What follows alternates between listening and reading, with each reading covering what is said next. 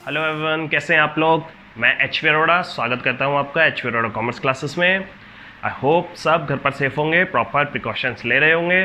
ठीक है, तो जैसा कि यस्टरडे हमारे प्रिय प्राइम मिनिस्टर मोदी जी ने अनाउंस किया है कि लॉकडाउन 4 भी आएगा। हालांकि उसमें ये बोला गया है कि और न्यू रूल्स एंड रेगुलेशन के साथ आएगा, तो हो सकता है थोड़ा लीनियंसी हो सभी लोगों के लिए, बट स्टिल आपके कोचिंग सेंटर्स और आपके स्कूल्स तो अभी बिल्कुल खुलने के चांसेस है ही नहीं।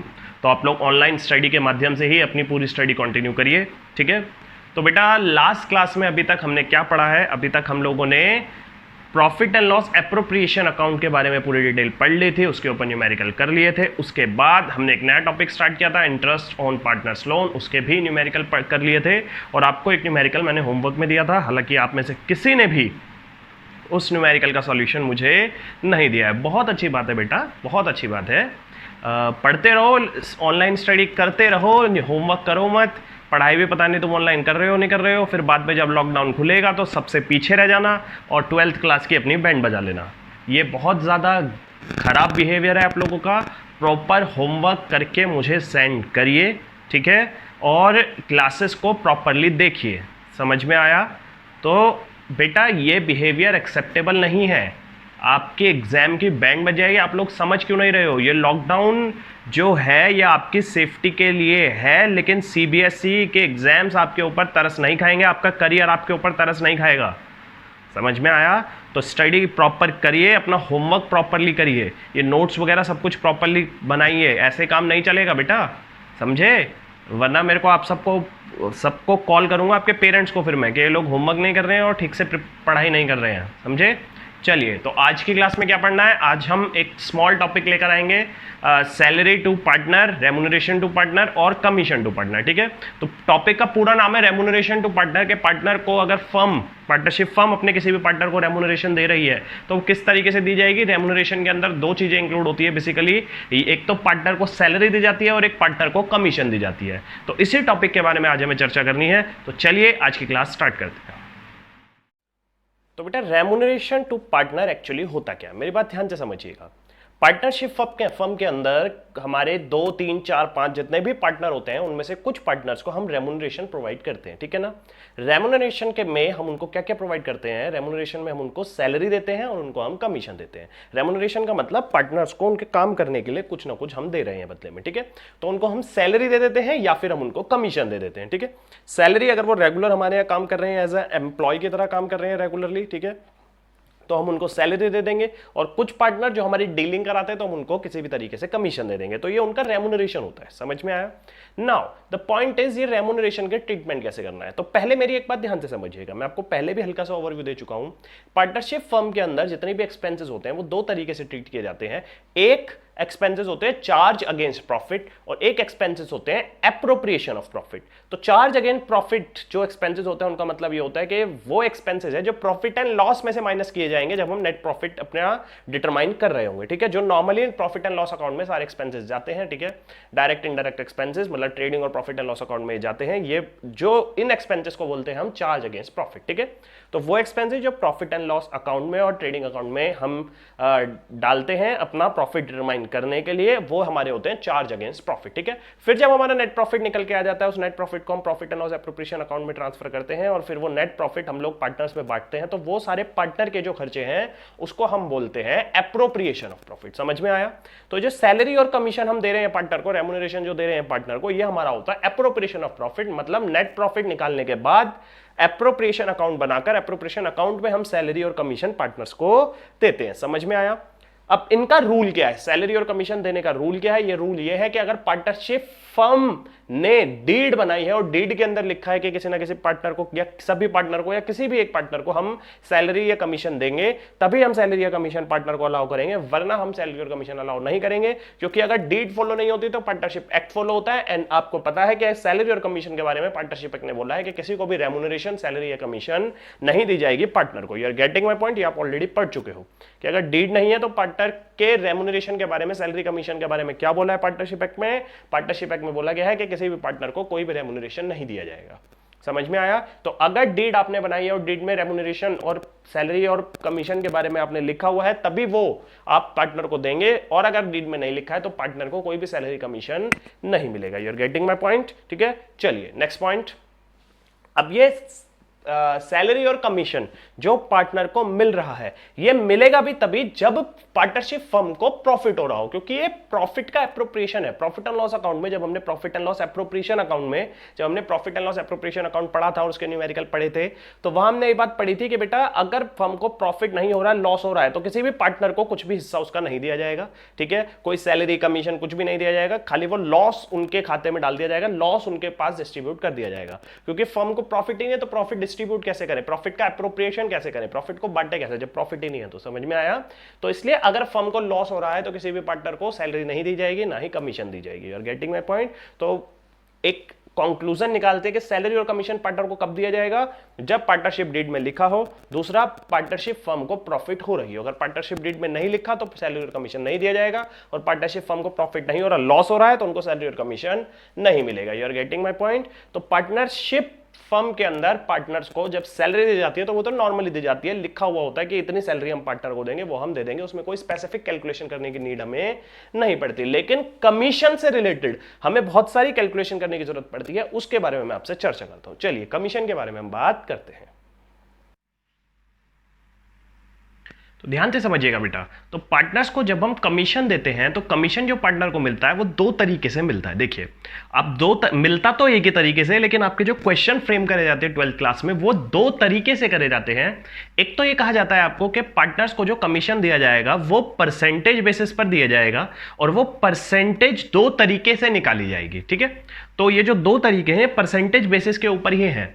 तो एक तरीका आपको ये दिया जाता है कि आपको परसेंटेज निकालना है नेट प्रॉफिट का। फॉर एग्जांपल, आपको कमीशन का रेट दे दिया 5%, तो आपको बोला जाएगा, क्वेश्चन में इस तरीके से फ्रेमिंग करी जाएगी क्वेश्चन की, कि जो कमीशन पार्टनर को दिया जा रहा है वो नेट प्रॉफिट का 5% दिया जाएगा, एंड वर्ड जो वहां लिखा होगा वो लिखा होगा net profit before charging commission.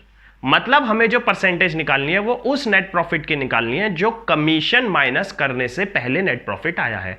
तो ये तो इसमें कोई बड़ी बात नहीं है, नॉर्मल नेट प्रॉफिट है। फॉर एग्जांपल, हमने अपना प्रॉफिट एंड लॉस अकाउंट बनाया और प्रॉफिट एंड लॉस अकाउंट में हमने क्रेडिट साइड सारी इनकम लिख ली, डेबिट साइड सारे एक्सपेंसेस लिख ली। आई होप आप दिमाग में फ्रेम कर पा रहे हैं।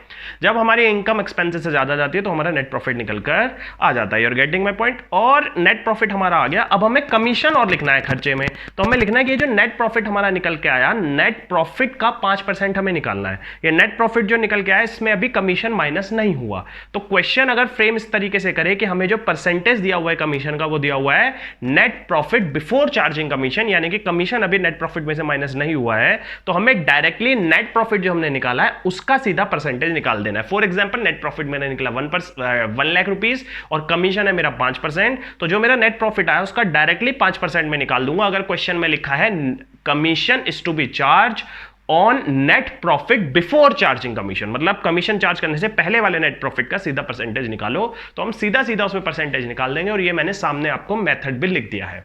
Commission under 2 method is computed as follow. Commission जो हमें निकालना है पार्टनर का वो 2 मेथड से निकालना है, और उसको इस तरीके से हम निकालेंगे।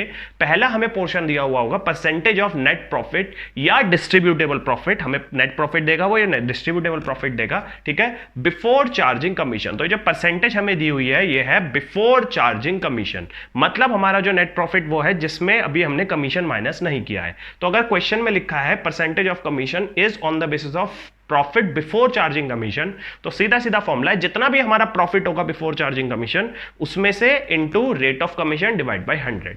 फॉर एग्जांपल मैं यहां छोटा सा आपके सामने एक एग्जांपल लिख रहा हूं शॉर्ट में। ठीक है, आई होप आपको एक फ्रेम नीचे नजर आ रहा होगा। ठीक है, तो यहां हम लिखेंगे कि फॉर एग्जांपल नेट प्रॉफिट आया है आपका 1 लाख रुपए और आपका रेट ऑफ कमीशन है 5%। तो ये 1 लाख जो आपका नेट प्रॉफिट आया इसमें से आपने अभी कमीशन माइनस नहीं करा। ठीक है, तो इसलिए ये प्रॉफिट जो है ये बिफोर चार्जिंग कमीशन। ठीक है, अभी हमने कमीशन का जब रेट ही नहीं पता, जब हमने कमीशन निकाला ही नहीं, तो अभी कमीशन माइनस ही नहीं करा, तो ये प्रॉफिट है हमारा बिफोर चार्जिंग कमीशन। तो इसलिए ये प्रॉफिट हमारा निकल के आया बिफोर चार्जिंग कमीशन। 1 लाख का मेरा प्रॉफिट है, इसमें मैं रेट ऑफ कमीशन लिखूंगा कितना 5%, तो 5% हमारा रेट हो गया और डिवाइडेड बाय 100, तो 5/100, तो ये मेरा कमीशन कितना निकल के आ गया, 1 लाख का 5%, ये आ गया 5000 रुपीज। ठीक है, ये एक एग्जाम्पल हो गया कमीशन का, बिफोर चार्जिंग कमीशन अगर आपको दिया हुआ है, नेट कमीशन परसेंटेज आपको दिया हुआ है on the basis of net profit before charging commission. ठीक है, अब जो सेकंड पॉइंट है इसमें क्या बताता है, कहता है परसेंटेज ऑफ नेट प्रॉफिट और distributable profit after charging commission. ठीक है, अब यहां पर आपको प्रॉफिट दिया हुआ होगा after charging commission. After charging commission मतलब कि आपको उस प्रॉफिट का परसेंटेज पे कमीशन का रेट लगाना है जो प्रॉफिट कमीशन माइनस करने के बाद आएगा। तो फॉर एग्जाम्पल आपका जो नेट प्रॉफिट आया वो आया है 1 लाख रुपए। ठीक है, अब इन्होंने जो बताया हुआ है कि आपको उस प्रॉफिट का परसेंट निकालना है जो प्रॉफिट कमीशन माइनस करने के बाद आएगा, लेकिन आपके पास जो है प्रॉफिट है ये है बिफोर कमीशन। ठीक है, अब क्वेश्चन में दे रखा है लेकिन कि आपको परसेंटेज उस प्रॉफिट का निकालना है जो कमीशन माइनस करने के बाद आए। अब आपके पास कमीशन तो है नहीं, पता ही नहीं है कमीशन कितना है जो हम कमीशन माइनस करें, और उसके बाद जो भी अमाउंट आएगा उसके ऊपर आप कमीशन निकाल लें। ये तो हमारे पास है ही नहीं, कमीशन का रेट ही नहीं है, रेट तो है लेकिन कमीशन का अमाउंट हमने नहीं निकाला, वो कैसे निकाल पाए। तो इसको हम कैसे सॉल्व करते हैं, फिर इसको ऐसे सॉल्व करते हैं कि आपको जो भी प्रॉफिट दिया हुआ होगा, जो भी आपको प्रॉफिट दिया हुआ होगा बिफोर चार्जिंग कमीशन, ठीक है, मान लो आपको जो कमीशन प्रॉफिट दिया हुआ है 1 lakh rupees before charging commission, ये प्रॉफिट है आपका कमीशन माइनस करने से पहले का, कमीशन माइनस करने से पहले का प्रॉफिट है। तो जैसे मैंने आपको 11th क्लास में सिखाया था कि ये फिर कितने के बराबर है, ठीक है, ये कितने के बराबर है, तो हम 100 मान लेते हैं उस प्रॉफिट को, ठीक है, जो कमीशन माइनस करने के बाद का प्रॉफिट है। तो कमीशन माइनस करने से पहले का प्रॉफिट कितना होगा, 100 प्लस 5%, अगर 5% प्रॉफिट है तो ठीक है। अगर इतना डीपली नहीं जाना तो सिंपल देखिए, बिफोर चार्जिंग का कमीशन है, ये कमीशन कितना है, ये जो प्रॉफिट है कितना है, ये हमारा कमीशन माइनस करने से पहले का है। तो इस प्रॉफिट पे अगर हमें अब कमीशन निकालना है, तो मान लो कमीशन है 5%, तो इसका डायरेक्टली 5/100 नहीं कर सकते, ठीक है, क्योंकि ये जो प्रॉफिट है ये कमीशन माइनस करने से पहले का है और हमें परसेंटेज उस प्रॉफिट पे निकालना है जो कमीशन माइनस करने के बाद आएगा, और वो प्रॉफिट हमारे पास है ही नहीं। ठीक है, तो हमारे पे सीधा फॉर्मूला लगाना है हमें 5/rate + 100, यानी कि 5 + 100, यानी कि 5/105 करना है हमें, क्योंकि ये जो है हमारे पास प्रॉफिट ये कमीशन माइनस करने से पहले का है, तो इसका मतलब ये वो प्रॉफिट है जो हमारा कमीशन माइनस करने से पहले का है। तो फॉर एग्जांपल हमने कमीशन माइनस करने के बाद का प्रॉफिट ले लिया 100, कमीशन है मेरा 5, ठीक है, तो हमारा कमीशन माइनस करने से पहले का प्रॉफिट कितना होता,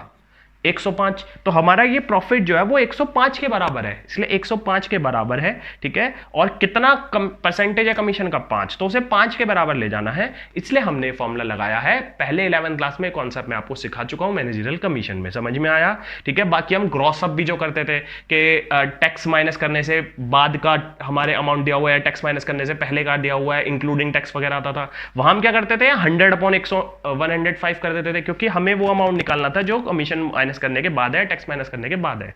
तो आप इसमें भी ऐसा कर सकते हैं, ये जो अमाउंट है आपका प्रॉफिट में से कमीशन माइनस करने से पहले का अमाउंट है, ठीक है। तो अब इसको 105 से डिवाइड कर 100 से मल्टीप्लाई कर देंगे तो वो अमाउंट आ जाएगा जो हमारे कमीशन माइनस करने के बाद का अमाउंट है, ठीक है ना। तो हमें अमाउंट नहीं निकालना, हमें कमीशन निकालना है, इसलिए हमें रेट से मल्टीप्लाई करना है। तो अगर ये पूरा मेरी बात समझ में आई हो तो ठीक है, अगर नहीं समझ में आई हो तो इट्स ओके। आप खाली फिलहाल ये फॉर्मूला याद कर लें कि हमें प्रॉफिट दिया हुआ होगा, net profit before charging commission, और उस पर हमें रेट अपॉन 100 प्लस रेट करना है, 5 मान लो 5 का रेट है, 6 का रेट है, 7 का रेट है, तो 7 का रेट है 7/100 + 7, 6 का रेट है 6/100 + 7, इस तरीके से इसको हमें सॉल्व करना है। You are getting my point. तो आपको अभी तक अगर समझ में आया तो ठीक है, नहीं तो अभी हम इसके अनसॉल्व न्यूमेरिकल करने वाले हैं, तब आपको कॉन्सेप्ट समझ में आएगा, ठीक है। फिलहाल आप इसको कॉपी कर लीजिए, ये फॉर्मूले जो है ये कॉपी कर लीजिए, नीचे जो एग्जांपल है इसको मैं रब कर देता हूं, ठीक है, ये फॉर्मूले बाकी आप कॉपी कर लीजिए। और इसके बाद अब हम अनसॉल्व न्यूमेरिकल पे आ रहे हैं, अनसॉल्व न्यूमेरिकल करते हैं, तब आपको पूरा डिटेल कॉन्सेप्ट समझ में आ जाए। तो चलिए बेटा अनसॉल्व न्यूमेरिकल स्टार्ट करते हैं। 2019 बुक की एडिशन का ये पेज नंबर 2.84 है। पेज नंबर 2.84 पर आप देखिए हेडिंग है सैलरी और कमीशन टू पार्टनर। इस हेडिंग का क्वेश्चन नंबर 25 हम लोग कर रहे हैं। 25 क्वेश्चन इसलिए कर रहे हैं पहले क्योंकि इसमें आपका कमीशन आफ्टर चार्जिंग कमीशन का प्रॉफिट है, ठीक है, प्रॉफिट आफ्टर चार्जिंग कमीशन का इसमें कॉन्सेप्ट है। तो इसको हम लोग अभी टेकअप करते हैं और फिर इसको आगे हम डिटेल में समझाते हैं। तो इस क्वेश्चन को मैं रीड करता हूँ, क्वेश्चन आपके सामने स्क्रीन पे आ रहा होगा, बाकी इस क्वेश्चन की पीडीएफ आपको गूगल क्लासरूम पे मिल जाएगी। अगर आप लोगों को पीडीएफ ना मिले तो प्लीज मुझे व्हाट्सएप पे मैसेज सेंड करिएगा कि सर मुझे पीडीएफ नहीं मिली, ठीक है। चलिए इसको स्टार्ट करते हैं। पहले क्वेश्चन आप नोट डाउन कर लीजिए, फिर मैं रीड कर रहा हूँ, मेरे साथ साथ रीड करिए। तो XYZ है, XYZ are partners sharing profit and loss equally. As per partnership deed Z is entitled to a commission of 10% on the net profit after charging such commission. मतलब 3 पार्टनर है XYZ, ठीक है, profit and loss equally share करते हैं। As per partnership deed के according Z is entitled to a commission of 10%। Z को commission मिलना चाहिए कितना, 10% on the net profit after charging commission, यानी कि उस नेट प्रॉफिट पर जो कि है आफ्टर चार्जिंग कमीशन, यानी कि कमीशन माइनस करने के बाद जो नेट प्रॉफिट आएगा उसका 10% आप कमीशन देंगे किसको, Z को। तो net profit before charging commission is 2,20,000, लेकिन आपको नेट प्रॉफिट कौन सा दिया हुआ है, जो बिफोर चार्जिंग कमीशन है, कमीशन माइनस करने से पहले का प्रॉफिट आपके पास। Determine the amount of commission payable to Z। तो आपको क्या डिटरमाइन करना है, वो अमाउंट डिटरमाइन करना है कमीशन का जो आपको Z को पे करना है। तो बेटा क्वेश्चन नंबर 25 है ये, ठीक है, पेज नंबर है ये 2.84, ठीक है। इसको हम लोग अभी सॉल्व करते हैं, ठीक है। चलिए इसका सॉल्यूशन करते हैं। तो पहले हमें लिखना पड़ेगा हमें प्रॉफिट कौन सा दिया हुआ है। तो हमें दिया हुआ है प्रॉफिट बिफोर चार्जिंग कमीशन। हमें कौन सा प्रॉफिट दिया हुआ है, प्रॉफिट बिफोर चार्जिंग कमीशन। और ये कितना दिया हुआ है प्रॉफिट, हमें ये दिया हुआ है बेटा 2,20,000। ये प्रॉफिट हम लोगों को क्वेश्चन में दिया हुआ है। और हमें जो कमीशन का परसेंटेज दिया हुआ है, ठीक है, वो कितना दिया हुआ है, 10%। तो percentage of commission is equal to, इसको चाहे लिखने भी कोई जरूरत नहीं है परसेंटेज ऑफ कमीशन, लेकिन ये ध्यान रखना है कि जो परसेंटेज ऑफ कमीशन है वो है net profit after charging commission. ये कमीशन हमें निकालना है उस नेट प्रॉफिट पे जो कमीशन माइनस करने के बाद का नेट प्रॉफिट है, ठीक है। ध्यान से समझिएगा। फॉर एग्जाम्पल मेरे पास नेट प्रॉफिट है 2,20,000, ठीक है, अभी मेरे पास 2,20,000 का नेट प्रॉफिट है। अब मैं इसमें से पहले कमीशन माइनस करूंगा, ठीक है। मेरे पास नेट प्रॉफिट है 2,20,000, इसमें से पहले मैंने कमीशन माइनस करा और कमीशन माइनस करने के बाद जो मेरे पास प्रॉफिट आया वो आया, जो भी अमाउंट कोई भी है वो हमारा अमाउंट आया, ठीक है। तो बेसिकली नॉर्मली क्या होता है कि मेरे पास नेट प्रॉफिट है 2,20,000 और मुझे परसेंटेज दिया हुआ है कि 2,20,000 का कुछ परसेंटेज निकाल लो कमीशन, और फिर इस 2,20,000 में से कमीशन माइनस हो जाएगा, तो हमारे पास आ जाएगा नेट प्रॉफिट जो कमीशन माइनस करने के बाद का है आफ्टर चार्जिंग कमीशन जो है, ठीक है। नॉर्मली ये होता है, लेकिन इस तरीके के क्वेश्चन में हमें दिया हुआ है कि आपको नेट प्रॉफिट दिया हुआ है बिफोर चार्जिंग कमीशन 2,20,000। अब जो परसेंटेज दी हुई है वो परसेंटेज हमें 2,20,000 पे नहीं निकालनी है। जो हमें परसेंटेज ऑफ कमीशन दिया हुआ है कितना, 10%, वो 2,20,000 का 10% नहीं निकालना, क्योंकि यह है प्रॉफिट बिफोर चार्जिंग कमीशन। बीच में पहले कमीशन माइनस होगा, उसके बाद आएगा प्रॉफिट आफ्टर चार्जिंग कमीशन। तो यह है हमारा प्रॉफिट आफ्टर चार्जिंग कमीशन, यह है हमारा बिफोर चार्जिंग कमीशन, और बीच में है कमीशन। तो अगर हमें कमीशन दिया हुआ था रेट, कुछ भी नहीं बोला हुआ था, खाली दिया हुआ था कमीशन का रेट इतना है, तो हम नेट प्रॉफिट बिफोर चार्जिंग वाला कमीशन लेते, नेट प्रॉफिट जो है हमारा बिफोर चार्जिंग कमीशन का, इसका सीधा सीधा परसेंटेज निकाल लेते, 2,20,000 का 10% निकालकर 22,000 माइनस करके जो भी आता वो हमारा आ जाता क्या, नेट प्रॉफिट कमीशन माइनस करने के बाद, ठीक है। और हमें कमीशन का अमाउंट भी पता चल जाता। लेकिन आपको अब कमीशन का जो रेट दिया हुआ वो दिया हुआ है कि इस अमाउंट पर आपको कमीशन का परसेंटेज नहीं निकालना, बिफोर चार्जिंग कमीशन का जो नेट प्रॉफिट है वो वाले पे आपको नहीं निकालना, आपको इस अमाउंट पर कमीशन का परसेंटेज निकालना है। अब मजे की बात ये अमाउंट तो तभी आए जब कमीशन पता चले, है ना। नेट प्रॉफिट जो हमारा है before charging commission, commission charge करने से पहले का, उसमें से कमीशन घटेगा तभी तो प्रॉफिट आफ्टर चार्जिंग कमीशन आएगा। और उस पे परसेंटेज कैसे निकालने, जब हमें ना वो प्रॉफिट पता ना हमें कमीशन पता, हमें खाली ये पता है बिफोर चार्जिंग कमीशन का जो हमारा प्रॉफिट है। तो हमारे पास बीच में कमीशन भी मिसिंग है और हमारे पास आफ्टर चार्जिंग कमीशन का प्रॉफिट भी मिसिंग है, तो हम कैसे निकाल सकते हैं। तो इसीलिए ये फॉर्मूला बनाया गया है जिसको आप मेंशन कर सकते हैं और जिस फॉर्मूले की हेल्प पे आप कर सकते हैं, ठीक है। तो आपको जो परसेंटेज दिया हुआ, जो प्रॉफिट दिया हुआ वो दिया हुआ है 2,20,000 बिफोर चार्जिंग कमीशन, और आपको मैंने फॉर्मूला लिखवाया था। क्या फॉर्मूला लिखवाया था कि profit before charging commission into rate upon 100 plus rate, ठीक है। ये फॉर्मूला किसका है, ये फॉर्मूला है कमीशन निकालने का। Commission is equal to profit before charging commission into rate upon 100 plus rate, ठीक है। तो commission is equal to profit before charging commission कितना है हमारा, प्रॉफिट बिफोर चार्जिंग कमीशन है हमारा 2,20,000 इंटू रेट कितना है हमारा 10, 100 + 10। अब ये हमारा जो निकल के आएगा, ये निकल के आएगा हमारा प्रॉफिट आफ्टर, जो निकल के आएगा वो निकल के आएगा हमारा कमीशन। ठीक है, तो ये हमारा कितना कमीशन निकल के आएगा, ये निकल के आएगा बेटा 20,000 रुपए कमीशन, सीधा सीधा निकल गया। समझ में आया। अगर हमें ये नहीं बोलता कि आपका कमीशन जो है वो आफ्टर चार्जिंग कमीशन नहीं बोलता, जो है क्वेश्चन में लिखा हुआ है कि 10% on the net profit after charging commission, इस लाइन को अंडरलाइन कर लो। अगर ये लाइन नहीं लिखी हुई होती तो हम सीधा सीधा 2,20,000 का 10% निकाल लेते, लेकिन ये लाइन लिखी है आफ्टर चार्जिंग कमीशन, हमें उस प्रॉफिट पे परसेंटेज निकालना है जो प्रॉफिट हमारा आया है कमीशन माइनस करने के बाद। तो हमारे पास वो प्रॉफिट है नहीं, तो इसलिए हमें फॉर्मूला यूज करना पड़ेगा, इस फॉर्मूले की डेरिवेशन यूज करनी पड़ेगी। ठीक है, तो इस फॉर्मूले को यूज कर हम लोग यहां पर इसको निकालेंगे। समझ में आई मेरी बात। ठीक है, तो ये प्लीज क्वेश्चन का आंसर है, इसको सॉल्यूशन को नोट डाउन कर लीजिए प्लीज। ठीक है ना, फिर हम इसके बाद एक अगला क्वेश्चन और करते हैं। ठीक है, चलिए इसको प्लीज नोट डाउन कर लीजिए। तो बेटा अगला क्वेश्चन जो है वो है क्वेश्चन नंबर 27, बहुत इंपॉर्टेंट क्वेश्चन है, इसको बहुत ध्यान से समझिएगा। तो X and Y are partner in a firm, ये बहुत इंपॉर्टेंट है। स्क्रीन पे आपके क्वेश्चन आ रहा होगा, नहीं आ रहा तो पीडीएफ आपको गूगल क्लासरूम पे ऑलरेडी मिल जाएगी, नहीं मिली तो मेरे को प्लीज मैसेज करिए और पहले पीडीएफ ले लीजिए, क्वेश्चन नोट डाउन कर लीजिए, फिर क्वेश्चन मेरे साथ साथ रीड करिए। ठीक है, X and Y are partner in a firm, firm में पार्टनर है X and Y. X is entitled to a salary of 10,000 per month. X जो है वो सैलरी लेने के इच्छुक है, कितने रुपए, 10,000 पर मंथ, 10,000 पर मंथ वो सैलरी लेना चाहता है। And commission of 10% of the net profit, और 10% नेट प्रॉफिट का कमीशन भी लेना चाहता है। ठीक है, आफ्टर पार्टनर सैलरी। ठीक है, तो ध्यान से समझिएगा ये क्या कह रहा है, कह रहा है एक्स और वाई पार्टनर है, X is entitled to a salary of 10,000 per month, 10,000 per month उसे सैलरी चाहिए, और commission 10% of net profit after partner salary but before charging commission. अभी कमीशन वाले पार्ट पर आएंगे। ठीक है, पहले आगे का पढ़ लेते हैं।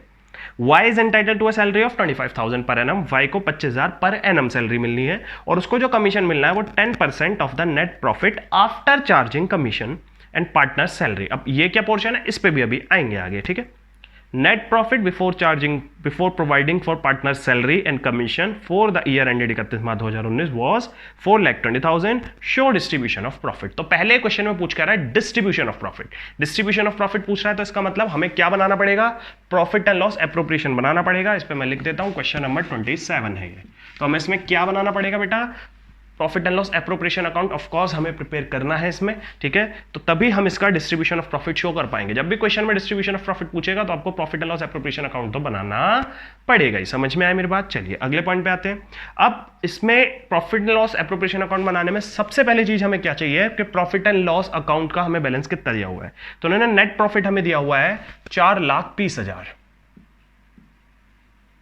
और मजे की बात यह है कि 4,20,000 हमें दिया हुआ है, वो दिया हुआ है जो हम इन्होंने बात लिखी है वो लिखे net profit before providing salary and commission for 31 मार्च 2019। मतलब सैलरी कमीशन कुछ भी माइनस करने से पहले का नेट प्रॉफिट है, यानी कि ये एक्चुअल नेट प्रॉफिट है हमारा, जो हमें profit and loss appropriation account में लेना है। अभी इसमें से कुछ भी सैलरी या कमीशन माइनस नहीं हुई। ठीक है, तो पहले सिंपल चीज माइनस कर लेते हैं, जो हमें सैलरी दी हुई है वो सिंपली दी हुई है, उसमें कोई कैलकुलेशन की जरूरत नहीं है।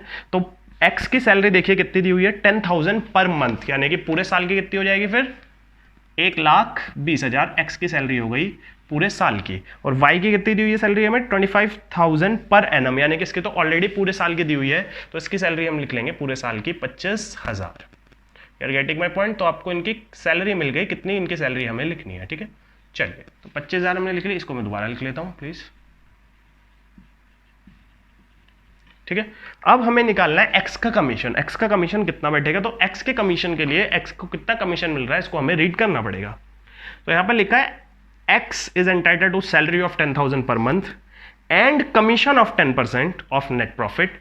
10% नेट प्रॉफिट का हमें कमीशन निकालना है, यानी कि सीधा 4,20,000 का नेट प्रॉफिट का 10% निकाल दो, नहीं कुछ और कह रहा है, पहले देख लेते हैं। Net profit after partner salary but before charging commission, मतलब उस नेट प्रॉफिट का 10% निकालना है जिस नेट प्रॉफिट में से पहले पार्टनर की सैलरी माइनस हो जाए लेकिन कमीशन माइनस ना हो। तो सैलरी दोनों कह रहा है या एक पार्टनर की सैलरी, तो फिर से पढ़ेंगे 10% of the net profit after partner salary, profit after partner salaries, यानी कि दोनों सैलरी प्रॉफिट में से पहले माइनस करो, तब जो प्रॉफिट बचेगा उसका 10% लेना है आपको कमीशन, ठीक है, but before charging commission, commission minus करने से पहले, ठीक है। तो हमें एक्स का कमीशन निकालना है, मैं यहां लिख लेता हूं वर्किंग नोट 1, इधर भी हम लिख सकते हैं वैसे वर्किंग नोट 1, पहले हम चलो वर्किंग नोट यही बना लेता हूं, एक्स कमीशन, वर्किंग नोट की हम हेडिंग डालेंगे, ठीक है। तो इसमें क्या निकालना है हमें, तो एक्स कमीशन कैसे निकलेगा बेटा, एक्स कमीशन इक्वल टू 4 किसका 10%, 10% लेना है हमें, किसका 10%, यानी कि 10/100 इनटू नेट प्रॉफिट में से सैलरी माइनस करने के बाद, तो नेट प्रॉफिट है 4,20,000 और इसमें से हमें सैलरी माइनस करनी है 1,20,000 और 25,000, ठीक है। ये सब माइनस करने के बाद जो हमारा बचेगा उसका हमें 10% लेना है। तो हमारा क्या निकल के आ जाएगा, एक्स का कमीशन कितना आ गया, फिर ध्यान से समझिएगा भाई, 4,20,000 में से अगर हमने 25,000 माइनस कर दिया तो 3,95,000 आ गया, और फिर उसमें 1,20,000 माइनस कर दिया तो ये आ गया हमारा कितना, ये आ गया 2,75,000। तो उसका 10% हमारा आ जाएगा 27,500। You are getting my point, calculation कर लीजिएगा। तो ये एक्स का हमारा कमीशन निकल गया, बिल्कुल सिंपल बात थी। एक्स की कमीशन कैसे निकालना है, 10% उस अमाउंट का जो नेट प्रॉफिट में से सैलरी माइनस करने के बाद आएगा, ठीक है। तो एक्स का कमीशन आ गया हमारा 27,500, ठीक है। अब वाई की कमीशन की बात करते हैं। इसका कमीशन थोड़ा सा टेढ़ा है। क्या टेढ़ा है, देखो बेटा, ये कह रहे हैं Y is entitle to a salary of 25,000 per month, ठीक है। वाई को सैलरी मिल जाएगी, वो हमने लिख ली, एंड कमीशन ऑफ 10%। अब कमीशन को ध्यान से पढ़ेंगे, commission of 10% of the net profit after charging all commission, ठीक है। Commission of net profit after charging all commission, यानी कि इस नेट प्रॉफिट में से सारे कमीशन माइनस करो, ठीक है, एंड पार्टनर सैलरी और सैलरी में माइनस करो, तब जाके आपका एक्स का कमीशन आएगा। तो बेटा इसमें से सारे कमीशन कैसे माइनस कर पाएंगे, अभी तो हमारे पास एक ही कमीशन है और सैलरी तो है हमारे पास, चलो एक कमीशन है, लेकिन इसका तो कमीशन हमारे पास है नहीं, इसका तो कमीशन निकालने के लिए हम ये कर रहे हैं। तो फिर हमें फॉर्मूला लगाना पड़ेगा आफ्टर चार्जिंग कमीशन वाला, ठीक है।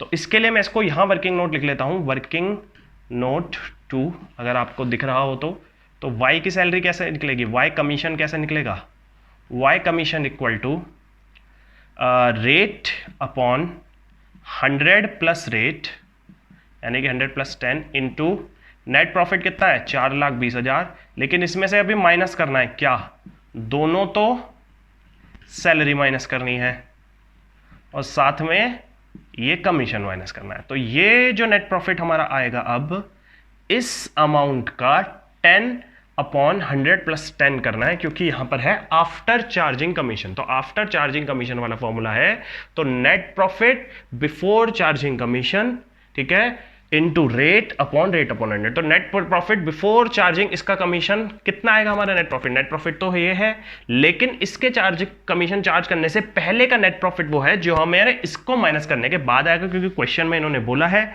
कि नेट प्रॉफिट वो वाला लेना है जो आफ्टर चार्जिंग ऑल कमीशन आए और पार्टनर सैलरी के भी बाद का हमें नेट प्रॉफिट लेना है। तो नेट प्रॉफिट पहले पार्टनर की सैलरी माइनस करो, ये कमीशन माइनस करो। अब ये कमीशन माइनस हम कर नहीं सकते क्योंकि पता है नहीं, इसीलिए हम आफ्टर चार्जिंग कमीशन वाला फॉर्मूला लगा रहे हैं। हल्का सा टेक्निकल कॉन्सेप्ट है, एक दो बार इसको करोगे तो समझ में आ जाएगा। I hope this concept is clear to you all.